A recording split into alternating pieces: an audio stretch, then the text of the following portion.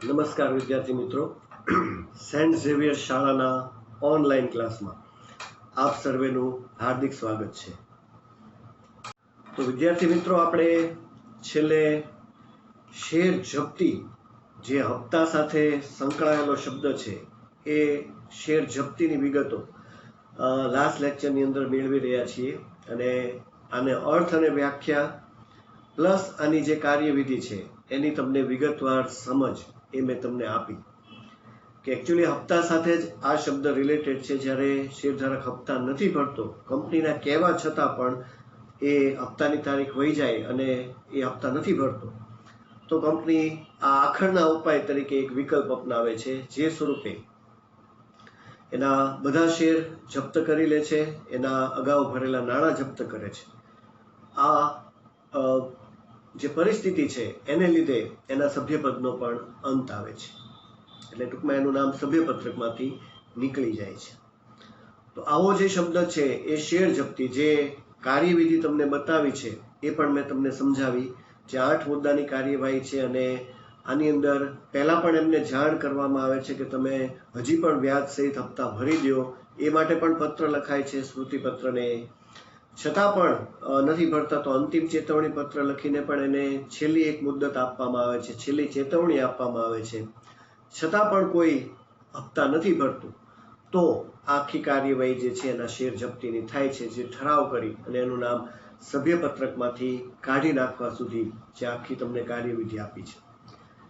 કીધું હતું કે 4 માર્ક અને 3 માર્કમાં આ પ્રશ્ન જે છે એ પૂછાય છે, તો આપણે એ રીતે પણ યાદ રાખવાનું છે અને બીજા એમાંથી જે અમુક નાના પ્રશ્નો નીકળી શકે છે એ પણ એમસીક્યુ વીએસક્યુની રીતે પણ આપણે એને સમજવાના છે. પણ આપણો આ જે શેર જપ્તીનો શબ્દ છે એ હજી કન્ટિન્યુ હતો. છેલ્લે આપણે કાર્યવિધિ સુધી જોયું, જે 8 પોઈન્ટ, એમાં હજી પણ 2 પોઈન્ટ જે છે એના બાકી છે અને એ આપણે અત્યારે જોઈએ છીએ. તો હવે નેક્સ્ટ જે શબ્દ આ શેર જપ્તી સાથે જે છે ટૂંકમાં એની સમજ છે એ છે શેર જપ્તી અંગેની સેક્રેટરીની ફરજો.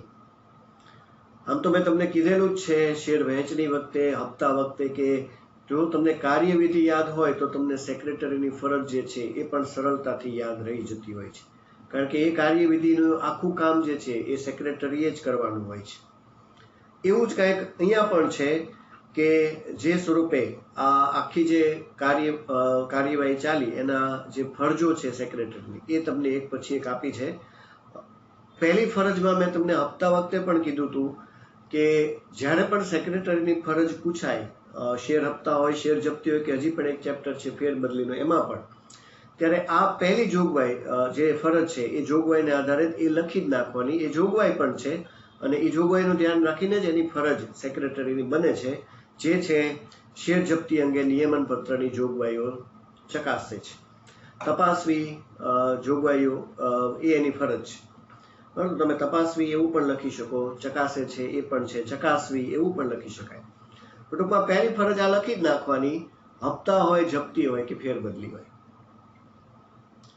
બરાબર, આ એની પહેલી ફરજ રહેશે, જે આર્ટિકલ્સની જોગવાઈ મુજબ જ આ જપ્તી થઈ શકે છે. જેમ હપ્તા માટે પણ નિયમન પત્રની જોગવાઈ જરૂરી છે, એ જ રીતે શેર જપ્તી માટે પણ આ જોગવાઈ આવશ્યક છે. તો સેક્રેટરીએ પહેલા આ જોવાનું છે, એટલે પહેલી એની ફરજ એ આ રહેશે. આપણે ટેક્સ્ટ બુકમાં ખાસ ધ્યાન આપીએ અને એમાં જે બાબતો છે એ હું તમને સમજાવતો જાઉં છું, એટલે તમે જોતા જાઓ. આ પહેલી ફરજ થઈ. બીજી ફરજ છે કે જે હપ્તો નહીં ભરનાર સભ્યોની યાદી, એટલે કે જે બાકી હપ્તાની યાદી છે એ તૈયાર કરી. તો હવે જે પોઈન્ટ છે કાર્યવિધિ સાથે જ રિલેટેડ છે. કાર્યવિધિનો તમારો પહેલો પોઈન્ટ આ જ છે કે બાકી હપ્તાની યાદી તૈયાર કરવી. તો એ કોણ યાદી તૈયાર કરશે? સેક્રેટરી. કારણ કે હપ્તામાં છેલ્લે જે બાબત હતી, સેક્રેટરીએ જ સંચાલક મંડળને કીધી હતી કે આ લોકોએ હપ્તા નથી ભર્યા ભરણા ચિઠ્ઠીને આધારે. તો હવે જે લોકોએ હપ્તા નથી ભર્યા એની યાદી પણ સેક્રેટરીની જ ફરજમાં આવશે. સેક્રેટરી આ યાદી તૈયાર કરશે, એ સ્વરૂપે આ એની કાર્યવિધિ મુજબ ફરજ છે. ત્યાર પછી બીજું, સંચાલક મંડળની સભામાં પસાર થયેલ ઠરાવ અનુસાર કસૂરવાર સભ્યને પહેલા સ્મૃતિપત્ર મોકલવું. જો બાકી હપ્તાની યાદી તૈયાર થઈ ગઈ, એ યાદી સંચાલક મંડળ સમક્ષ રજૂ કરી, એટલે સંચાલક મંડળે જે કાંઈ બાબતો કીધી એમાં એક ઠરાવ પસાર કર્યો કે જપ્તી તો કરવાની છે પણ પહેલા એમને સ્મૃતિપત્ર મોકલો. તો સ્મૃતિપત્રની જે બાબત છે એ પણ આપણે લાસ્ટ લેક્ચરમાં સમજ્યા કે એમાં વ્યાજ સહિત પૈસા ભરવા માટે એક નિયત સમયમાં કહે છે. એમાં તમને કેટલા દિવસમાં ભરવા એવો મેન્શન નથી કરેલું.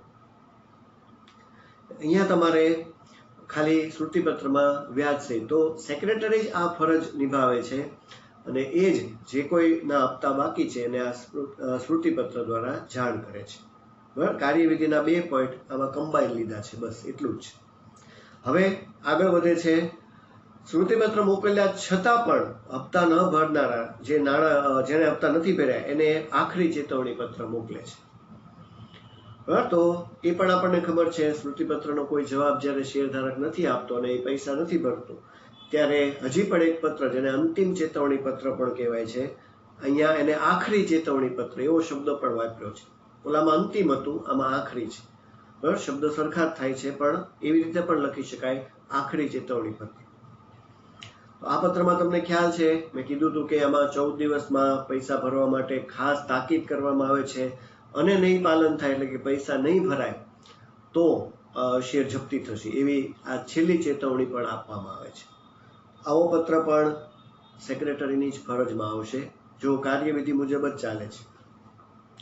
ત્યાર પછી આજે આખરી ચેતવણી પત્ર જેને અંતિમ પણ કહેવાય છે એ મુદત પૂરી થઈ એટલે પાછી એક સંચાલક મંડળની સભા બોલાવી અને શેર જપ્તીનો ઠરાવ પસાર કરવો.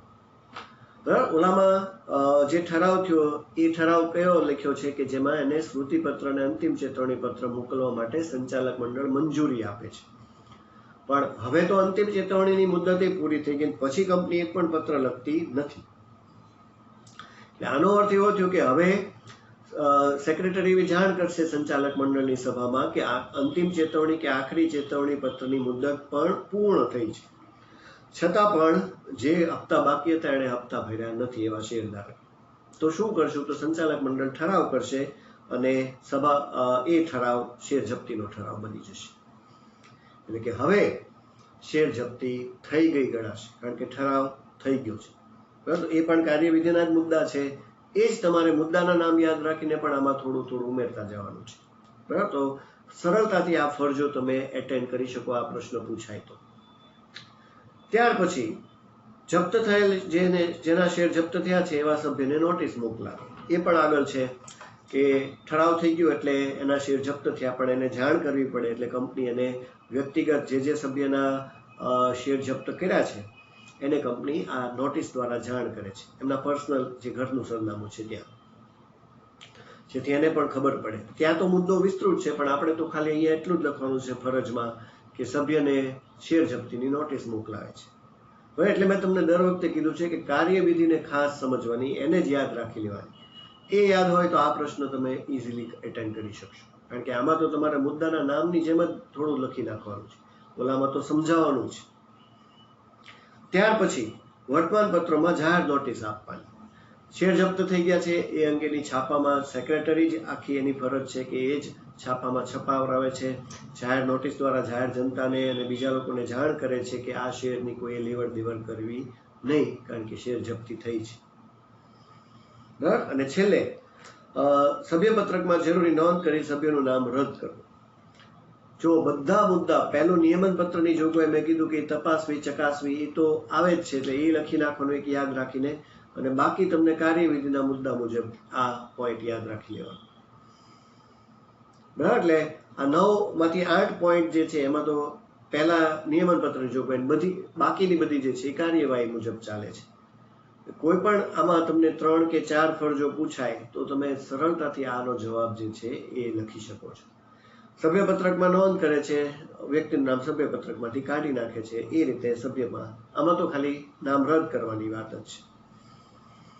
બરાબર, જરૂરી નોંધ કરી અને નામ રદ કરવાથી આ કાર્યવાહી તો પૂર્ણ થઈ ગઈ. તો કાર્યવિધિમાં તમને જે 8 મુદ્દા આપ્યા છે એ પણ અહીંયા તો બતાવેલા જ છે, પણ એક ફરજ જે છે એ થોડી એક વધારાની ફરજ તરીકે આપી છે.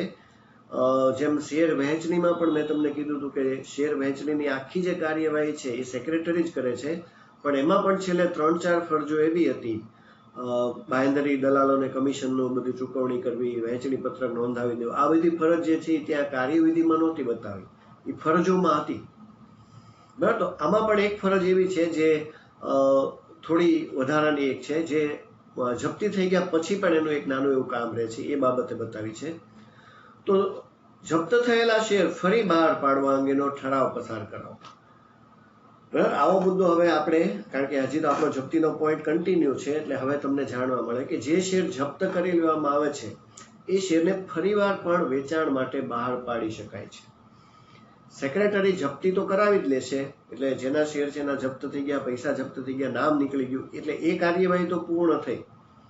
પણ આવા શેર જે જપ્ત થયેલા છે એને ફરીવાર બહાર પાડી શકાય છે.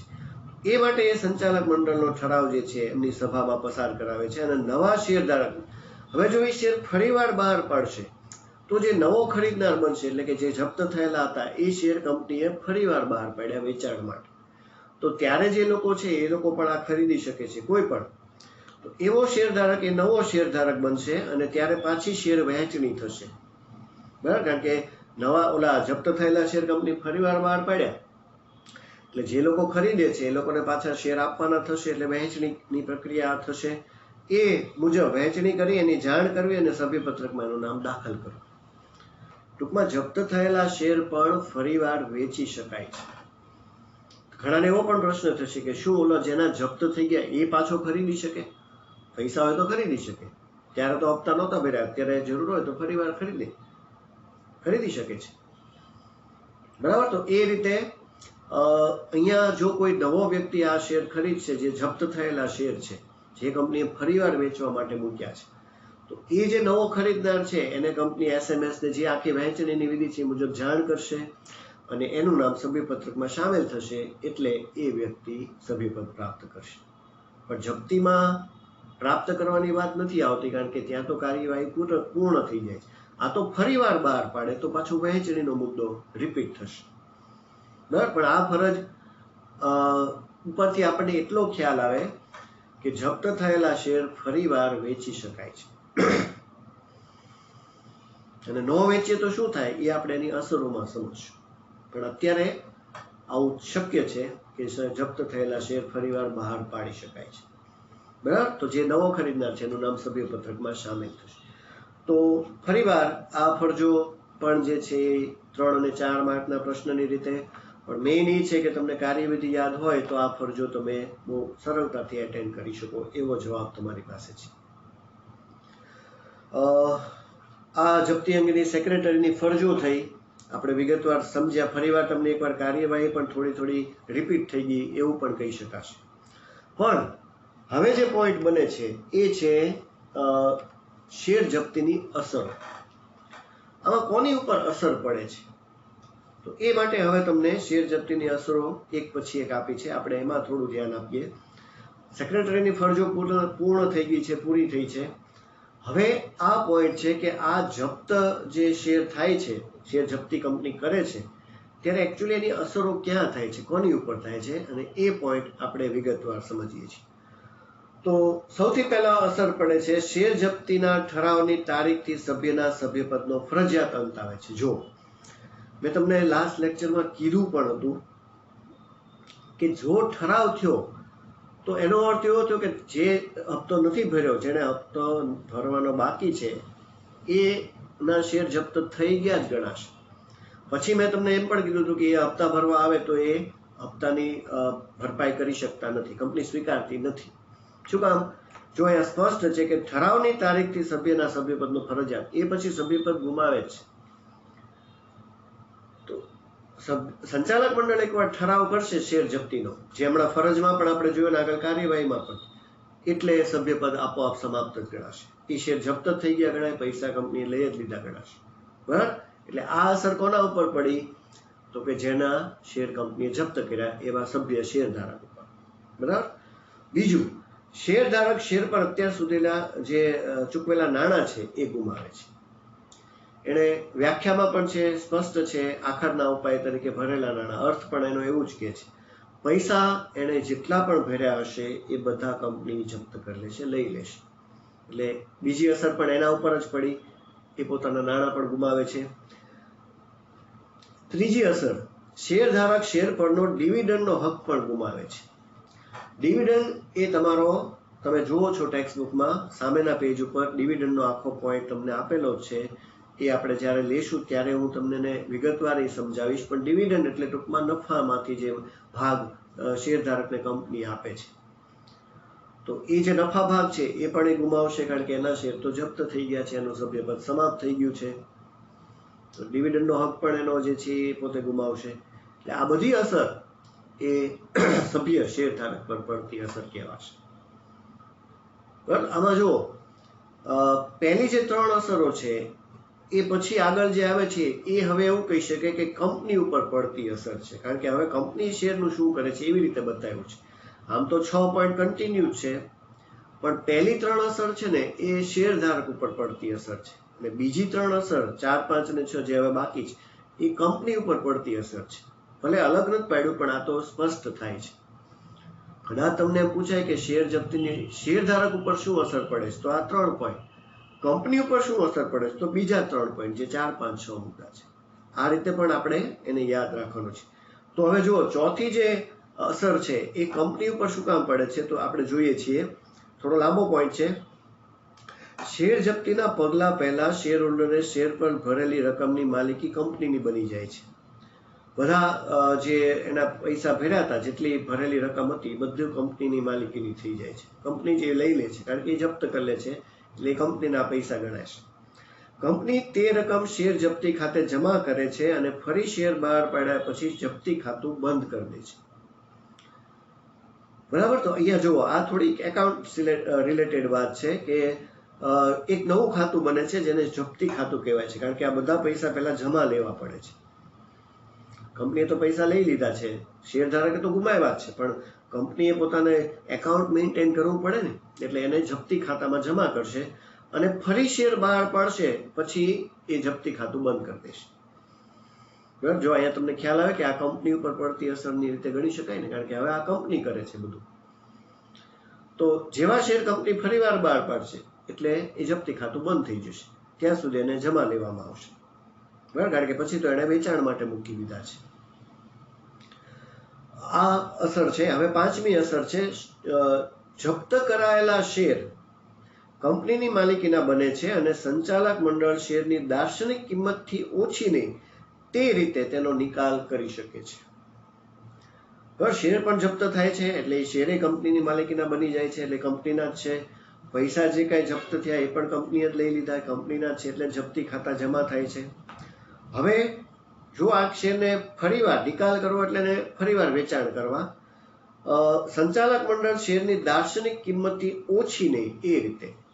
દાર્શનિક કિંમત તમારા 11માનો પોઈન્ટ છે, ફેસ વેલ્યુ. મેં તમને અગાઉ પણ એક શબ્દ તરીકે આ કીધો હતો કે જે ફેસ વેલ્યુ દાર્શનિક કિંમત કહેવાય છે. બરાબર. એ કિંમત જેટલી હોય એટલીથી ઓછી કિંમત કરીને આ શેરનો નિકાલ એટલે કે એને ફરીવાર વેચવા માટે નથી મૂકી શકાતા. એટલી દાર્શનિક કિંમત, જેટલી કિંમત અથવા એનાથી વધારે.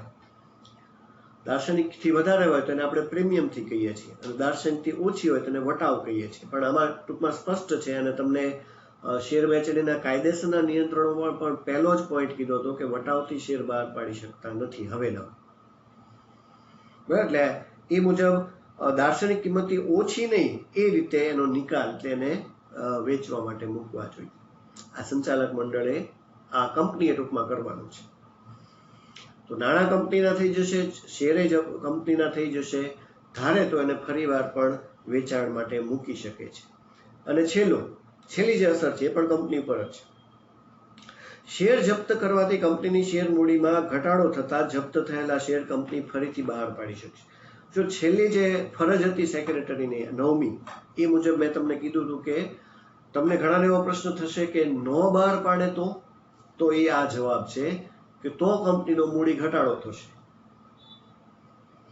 બરાબર. કારણ કે હવે તો જે પૈસા નથી આવ્યા હપ્તાના એ તો આવવાના જ નથી.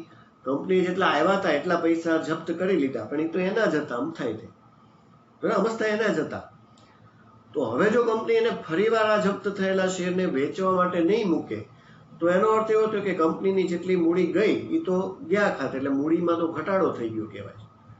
એટલે ખરેખર કંપની મૂડી ઘટાડો ન થાય ને એટલે એને ફરીવાર વેચાણ માટે મૂકે અને એમાંથી જે કાંઈ પૈસા છે એનાથી મૂડી ઘટાડો ન થવા દે.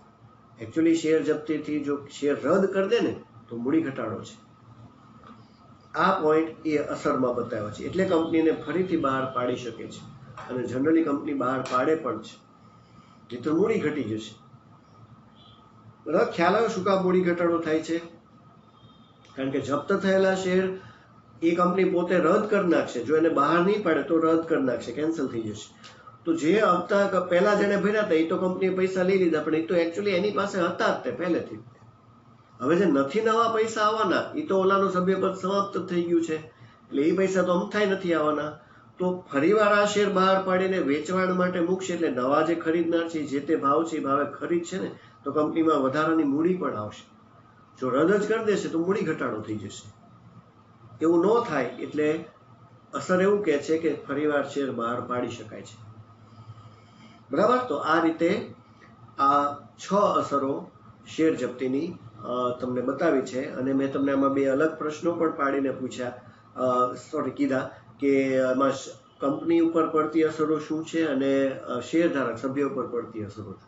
તો પહેલા 3 પોઈન્ટ એ શેરધારક ઉપર પડતી અસર છે, અને 4, 5, 6 જે પોઈન્ટ છે એ કંપની ઉપર કે આ એનું શું કરે છે એ અસરો એવું એને આપણે બાયફર્કેટ કરીને અલગ પણ પાડી શકીએ છીએ.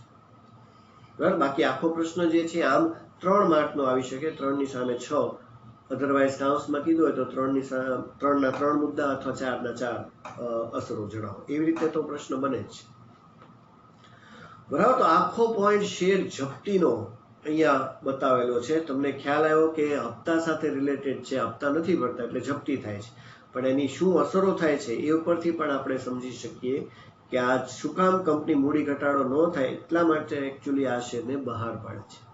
કે બહાર શું કામ પાડે છે? મૂડી ઘટાડો ન થાય એટલા માટે. બરાબર, તો આ છે આખો શેર જપ્તીનો પોઈન્ટ. હપ્તાનો જેમ આખો પોઈન્ટ આપણે જોયો વિવિધ એની જોગવાઈઓ સાથે, કાર્યવિધિની ફરજો સાથે, એવી જ રીતે આમાં પણ એ જ પોઈન્ટ છે, અર્થ, વ્યાખ્યા, કાર્યવિધિ, ફરજો સેક્રેટરીની, અને હવે અસરો પણ છે. બરાબર, અહીંયા જપ્તીનો આખો પોઈન્ટ પણ પૂર્ણ થાય છે. એક શબ્દ ડિવિડન્ડ હતો, એ મેં તમને કીધું કે હું તમને પછી પોઈન્ટ આવશે ત્યારે સમજાવીશ. હવે આગળ વધીએ છીએ અને એક પોઈન્ટ જોઈએ છીએ આજના ઓલામાં. જપ્તી તો આખી પૂર્ણ થઈ અને જપ્તી વિશે આપણે હવે સંપૂર્ણ સમજ મેળવી છે. એ પછી એવો જ એક શબ્દ આવે છે જે છે શેર સોંપણી, સરેન્ડર કરવું. આ શબ્દને હવેના કોર્સમાં, એટલે જ્યારથી નવો કોર્સ આવ્યો ત્યારથી બહુ જ શોર્ટ કરી નાખ્યો છે. ખરેખર આ શબ્દ ઘણો બધો અગત્યનો હતો, વિસ્તૃત હતો, પણ હવેના નવા કંપની ધારામાં એને અર્થને સાવ એકદમ શોર્ટ કરી અને એની માહિતી પણ એકદમ ઓછી કરી નાખી છે. પહેલાં તો શેર જપ્તી અને શેર સોંપણી વચ્ચે તફાવત પણ આવતો, પણ હવે ખાલી એટલો જ પોઈન્ટ તરીકે શેર સોંપણી આપ્યું છે. તો શેર સોંપણી એટલે એકચ્યુઅલી સરેન્ડર કરવા. તો આનો અર્થ જે આપેલો છે, જે આની ટૂંકમાં વ્યાખ્યા આપી છે એ કંઈક આવી છે કે શેર સોંપણી એટલે કંપનીને શેર પ્રમાણપત્ર પરત કરવા. આ માત્ર મૂર્ત સ્વરૂપના શેરને લાગુ પડે છે. આ ખ્યાલ જે છે આવો જ આનો એક નાનો એવો અર્થ હવે આપી દીધો છે. તો આનો અર્થ એવો થયો કે શેર પ્રમાણપત્ર એ તમારે કંપનીને પાછા આપી દેવાના હોય છે. શેર સોંપણી એટલે તમે તમારા શેર પ્રમાણપત્ર આપી દો એટલે કંપની તમારા શેર લઈ લેશે. ટૂંકમાં તમે સામે ચાલીને સોંપણી કરી દીધી, એવો આનો અર્થ થાય છે. ખરેખર આનો અર્થ થોડોક એક પોઈન્ટ તમને સમજાવી દઉં કે આનો અર્થ એવો હતો કે જપ્તીથી બચવા માટે થઈને સામે ચાલીને શેરધારક પોતાના શેર પાછા આપી દે છે, એને શેર સોંપણી, સરેન્ડર કહેવાતું. હવે તમારે તો આટલું જ યાદ રાખવાનું છે, આ જ પોઈન્ટ છે, પણ આ તો તમને ખાલી તમારી જાણકારી માટે કહું છું કે શેર સોંપણી એવું હતું કે ખરેખર શેર જપ્તી થવાની છે એવું ખબર પડે શેરધારકને, એટલે સામે ચાલીને સરેન્ડર કરી દે કે હું મારા શેર કંપનીને પાછા આપી દઉં છું, એટલે એને શેર સોંપણી કહેવાતો. પણ નવા કંપની ધારામાં કંઈક અર્થ સાવ બદલી રાખ્યો છે. પ્રમાણપત્ર પાછા આપી દેવા એટલે શેર સોંપણી થઈ જાય. અને આ ખ્યાલ તમને આમાં સ્પષ્ટ લખ્યું છે કે મૂર્ત સ્વરૂપના શેરને લાવવું પડે છે. મૂર્ત સ્વરૂપ આગળ પણ એક જગ્યાએ આવી ગયું, મેં તમને કીધું કે સેકન્ડ ચેપ્ટર ફેરબદલીનું છે એમાં આવશે, છતાં પણ અત્યારે ફરીવાર થોડું કહી દઉં. મૂર્ત સ્વરૂપના શેર એટલે ફિઝિકલ શેર, એ પણ મેં તમને કીધું. હવે તો ડીમેટની પ્રક્રિયા છે, હવે બધું ડીમેટ સ્વરૂપે રહે છે, એટલે ઇલેક્ટ્રોનિક સ્વરૂપે. પહેલા જે છે એ બધું પ્રમાણપત્ર મળતું. તમે શેર ખરીદો ને એટલે તમને સર્ટિફિકેટ કંપની આપતી. તમારા 11માં સર્ટિફિકેટનો મુદ્દો પણ છે, શેર પ્રમાણપત્ર. એ પ્રમાણપત્ર તમારે કંપનીને પાછું આપી દેવું પડે. જો તમે એને પાછું આપો એટલે એવું ગણાય કે તમે શેર સોંપણી કરી દીધી. બરાબર? એ ફિઝિકલ શેર ધારકને લાગુ પડે છે. હવે આ પ્રક્રિયા જે છે લગભગ ઓછી થઈ ગઈ છે, કારણ કે હવે બધું ડિમેટથી જ થાય છે. પણ છતાં પણ આ પોઈન્ટ એ આ રીતે કીધેલો છે. તો માત્ર મૂર્ત સ્વરૂપ એટલે કે ફિઝિકલ શેર ધારક જેની પાસે પ્રમાણપત્ર છે એને આ લાગુ પડે છે. બરાબર? પણ આની વ્યાખ્યા એટલી જ છે કે શેર સોંપણી એટલે કંપનીને શેર પ્રમાણપત્ર પરત કરવા. સાથે એવું યાદ રહે તો લખી નાખવું કે આ માત્ર મૂર્ત સ્વરૂપના જે ખ્યાલ છે એમાં જ શેરને લાગુ પડે છે. બરાબર? એક માર્કની શેર સોંપણીની વ્યાખ્યા. આ સાથે શેર સોંપણીનો મુદ્દો સાવ જ નાનો એવો છે. એની માત્ર જે છે એના સંજોગો જ આપ્યા. એની પણ 5 જ સંજોગો છે. એકદમ નાની નાની લાઈનમાં છે. 2 માર્ક સુધીનો પ્રશ્ન થઈ શકે આ શેર સોંપણીના સંજોગો. તો શું સંજોગો છે જેમાં શેર સોંપણી એટલે કે પાછા આપી દેવાય છે? પહેલું છે કે પ્રમાણપત્રમાં ફેરબદલી અંગે નોંધ કરવાની જગ્યા ન હોય ત્યારે. જે સર્ટિફિકેટ છે એમાં શેર ફેરબદલી એટલે કે ટ્રાન્સફર કરવાની ક્યાંય પણ જગ્યા જ ન હોય. આવું શું કામ થતું હોય છે એ હું તમને પાછો જ્યારે મૂર્ત સ્વરૂપની આખી ફેરબદલીની કાર્યવિધિ આવશે ત્યારે કહીશ કે પ્રમાણપત્રમાં જગ્યા ન રહે એવું કેમ બને. તો એ હોય છે, શક્ય છે. પણ એવી જગ્યા ન હોય ત્યારે શેર પ્રમાણપત્ર પાછું આપી દો. એકવાર પ્રમાણપત્ર પાછું આપો એટલે તમે શેર સોંપણી કરી કહેવાશે. બીજું, પ્રમાણપત્ર ફાટી જાય. પ્રમાણપત્ર એટલે એકચ્યુઅલી એક કાગળ જ છે. આપણે જે સર્ટિફિકેટ જે અલગ અલગ મેળવીએ છીએ એવી જ રીતે આ પણ શેરધારકને એક સર્ટિફિકેટ જ મળે છે. એ પ્રમાણપત્ર જો ફાટી જાય તો એ પ્રમાણપત્ર મુજબ એ જે કાંઈ વધ્યું છે એ પાછું આપે એટલે શેર સોંપણી ગણાય છે. બીજું કીધું છે પ્રમાણપત્ર વાંચી શકાય તેમ ન હોય. ઘણા વર્ષોથી પડ્યું હોય એટલે એની અંદર જે કાંઈ છે શબ્દો કે અક્ષર એ વાંચી શકાય એવી હાલતમાં ન રહ્યા હોય, ખરાબ થઈ ગયું ટૂંકા પ્રમાણપત્ર, તો એ પ્રમાણપત્ર પાછું આપી દેવામાં આવે છે. તો એ સ્વરૂપે એ પણ શેર સોંપણી ગણાશે. શેરનું એકત્રીકરણ કરવાનું હોય. હવે જુઓ, એકત્રીકરણ અને નેક્સ્ટ પોઈન્ટ છે વિભાગીકરણ કરવાનું. આ બંને પોઈન્ટ તમને અહીંયા ક્યાંય વિગતવાર કોઈ સમજાવ્યું નથી કે એકત્રીકરણ અને વિભાગીકરણ શું છે. તમારે આ સંજોગોમાં આ પોઈન્ટ લખવાના છે કે પ્રમાણપત્રમાં ક્યાંય નોંધ કરવાની જગ્યા ન હોય, ફાટી જાય, વાંચી શકાય એવું ન હોય, એકત્રીકરણ કરવાનું, શેરનું વિભાગીકરણ. આ જ એના સંજોગો લખવાના. પણ એકત્રીકરણ ને વિભાગીકરણ શું છે એ ક્યાંય સ્પષ્ટ નથી કરેલું. તો એને લોજિકલી એવું વિચારી શકાય, આ એક લોજિક છે કે જે સ્વરૂપે એકત્રીકરણ એટલે શેર એટલે તમને ખ્યાલ છે કે શેર મૂડીને નાના નાના ભાગમાં વિભાજિત કરવા. જો આને પાછા એક જ સ્વરૂપમાં ભેગા કરી દેવામાં આવે તો એ એકત્રિત જથ્થો બને છે ને એને સ્ટોક કહેવાય છે. એ જે એકત્રીકરણ થયું એ અહીંયા છે. એટલે કે કંપની એવું કે શેર જે નાના નાના ભાગમાં છે એ બધા શેરને અમારે ભેગા કરી દેવા છે ને અમારે એને સ્ટોકમાં ફેરવી નાખવું છે, એકત્રીકરણ કરવું છે. તો શેરધારક એમ કહેશે, આ તો એક લોજિક છે, એવી રીતે સમજાવું છું કે શેરધારક એવું કહેશે કે ના, અમારે કઈ સ્ટોકમાં નથી ફેરવા, અમારે તો જે નાના નાના ભાગમાં શેર હતા એમ જ રાખવા છે. પણ કંપની એવું કીધું કે અમારે સ્ટોકમાં કરવું છે, એકત્રીકરણ જ કરવું છે. તો શેરધારક એવું કહેશે કે તો મારે શેર પ્રમાણપત્ર પાછું આપી દઉં, હું શેર સોંપણી કરી દઉં છું. બરાબર? એક લોજિક મુજબ આવો અર્થ થઈ શકે છે. બીજું, વિભાગીકરણ. હવે નાના નાના ભાગમાં પાછું જે છે એ રૂપાંતરિત કરવાનું છે.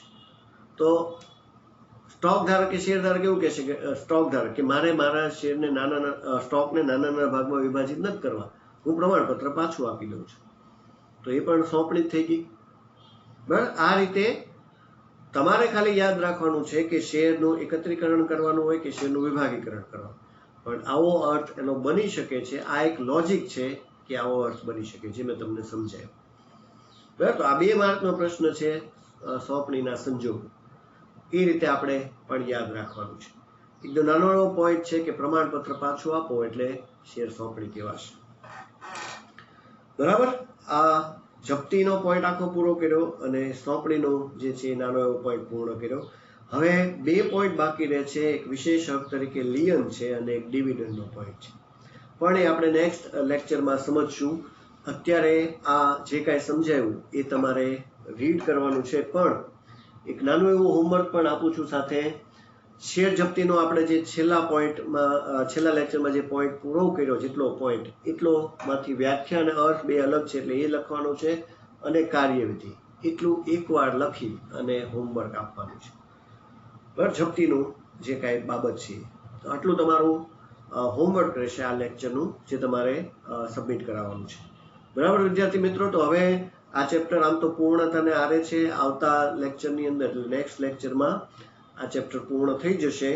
એટલે ત્યારે આપણે ફરીવાર આની જે કાંઈ માહિતી છે મેળવશું. ત્યાં સુધી સર્વેને નમસ્કાર.